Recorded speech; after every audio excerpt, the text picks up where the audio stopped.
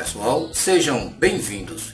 Hoje é o dia 12 de junho de 2019. Neste vídeo vamos falar sobre o auxílio-doença.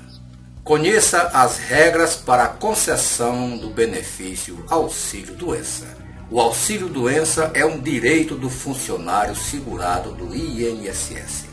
Ele garante, ou seja, o auxílio-doença, garante o pagamento de um benefício ao trabalhador em casos de doença. O auxílio-doença é um direito do trabalhador segurado do INSS.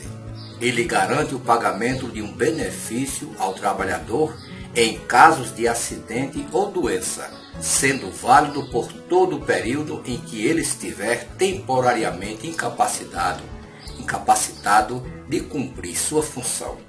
Para obter o benefício, o empregado deverá passar por uma perícia médica, constatando sua incapacidade laboral e garantir, assim, a posterior concessão do pagamento. Porém, nos últimos anos, o governo federal promoveu algumas alterações na legislação. Por isso, é preciso ficar atento às normas deste direito trabalhista. Vamos falar sobre requisitos de contribuição. Auxílio-doença comum, que é o auxílio previdenciário.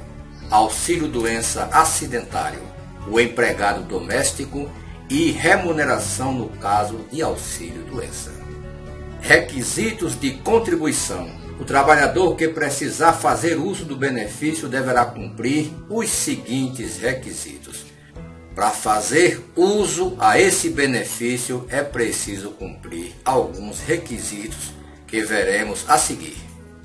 O trabalhador precisa ter contribuído pelo menos com 12 meses para o INSS e é isento de carência esse trabalhador, caso se trate de um acidente de trabalho. Também é isento de carência de contribuição caso se trate de determinadas doenças de segregação compulsória e consideradas graves, sobretudo aquelas doenças que estão de acordo com critérios de estigma, deformação e mutilação. Então, esses são os requisitos para o cidadão obter o auxílio-doença. Se o empregado atende esses requisitos, ele deve solicitar uma perícia médica ao INSS para comprovar esse problema de saúde. Auxílio-doença comum, que é o auxílio previdenciário. É o benefício que pode ser dado a todos os segurados do INSS, desde que comprovada a sua incapacidade temporária para o trabalho por meio também da perícia médica. Além disso, o período de carência já deve ter sido cumprido. No caso do auxílio-doença comum, que é o auxílio previdenciário, caso o trabalhador retorne ao trabalho, o trabalhador não tem estabilidade no emprego. A empresa também fica desobrigada a fazer o depósito do fundo de garantia durante o período de afastamento desse trabalhador. A empresa também só precisa fazer o pagamento nos 15 primeiros dias de afastamento do empregado. Os demais, a partir do 16º dia. Os pagamentos são feitos pelo governo. Auxílio-doença acidentário é diferente do auxílio-doença comum, o auxílio-doença previdenciário. Esse auxílio, ele abrange os empregados comuns, os empregados avulsos e os segurados especiais. Ao retornar suas atividades, o trabalhador tem garantia a estabilidade no emprego por 12 meses, durante os quais não pode ser demitido. Nesse tipo de auxílio, chamado auxílio-doença acidentário, quando o trabalhador retorna às suas atividades na empresa, ele tem a estabilidade de 12 meses. Durante este período, ele não pode ser demitido. E nesse caso, a empresa tem a obrigação de depositar o FGTS desse trabalhador durante todo o período em que ele estiver afastado da empresa. Também nesse caso, o empregador deve pagar os 15 primeiros dias de afastamento, a partir do 16º dia, passa a ser pago pelo governo. Sobre o empregado doméstico. No caso do afastamento do empregado doméstico, o patrão só paga os dias trabalhados se o afastamento for por poucos dias, com atestados médicos que comprovem a situação. Nesses casos, as faltas desse trabalhador serão abonadas. Mas se houver um afastamento mais longo por meio de auxílio-doença, a categoria doméstica tem direito ao benefício desde o seu primeiro dia de afastamento do trabalho. E esse processo é diferente das demais categorias, que têm os seus primeiros dias, os seus primeiros 15 dias pagos pelo empregador. Remuneração no caso de auxílio-doença. O valor a ser pago pelo auxílio-doença deve ser de 91% da média das últimas remunerações. Não pode, em nenhuma instância, ser superior à média dos últimos 12 meses de trabalho.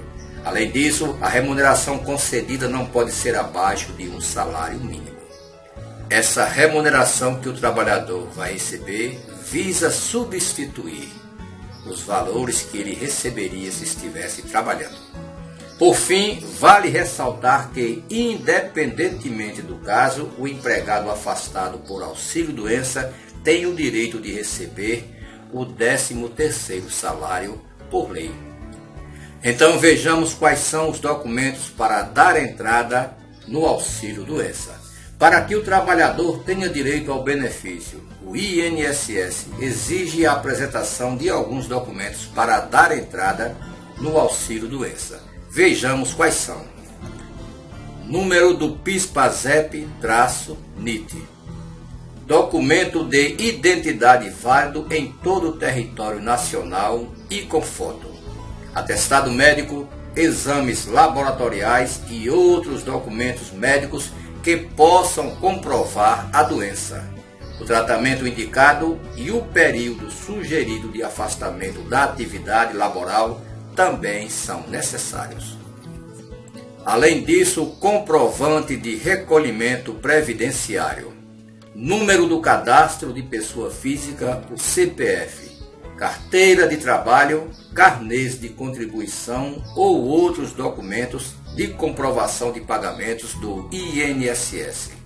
Declaração de requerimento assinado pelo contratante. Nas situações referentes aos acidentes de trabalho, é necessário apresentar o documento de comunicação do acidente de trabalho, que é a CAT. E por fim, se o segurado se enquadrar em situações especiais, é necessário apresentar documentos que confirmem esse quadro. Então, esses são os documentos necessários para que o trabalhador possa solicitar o auxílio-doença. Então, com todos esses documentos em mãos, o cidadão deve se dirigir a uma agência do INSS e dar entrada no auxílio-doença. Sobre a prorrogação do auxílio-doença. Em algumas situações, o beneficiário do INSS pode necessitar de prorrogar o prazo de recebimento do auxílio-doença. É preciso ficar atento às regras da Previdência para não perder o direito de receber o auxílio. Então vejam, assim como acontece no momento da solicitação do auxílio, o trabalhador precisa atestar a sua condição clínica para que haja a prorrogação do auxílio-doença. E esse processo pode ser feito por peritos do INSS, por médicos do SUS ou por médicos particulares. Além disso, os médicos do SUS, Sistema Único de Saúde, ou particulares também estão autorizados a atestar os pedidos de prorrogação para aqueles trabalhadores que estão empregados, hospitalizados ou que não podem se locomover até o INSS. Havendo essas condições, os médicos particulares podem atestar essas condições. Essas são as regras de concessão do auxílio-doença. E é um direito do funcionário segurado pelo INSS, Instituto Nacional do Seguro Social. Muito obrigado a todos, um forte abraço e até o próximo vídeo.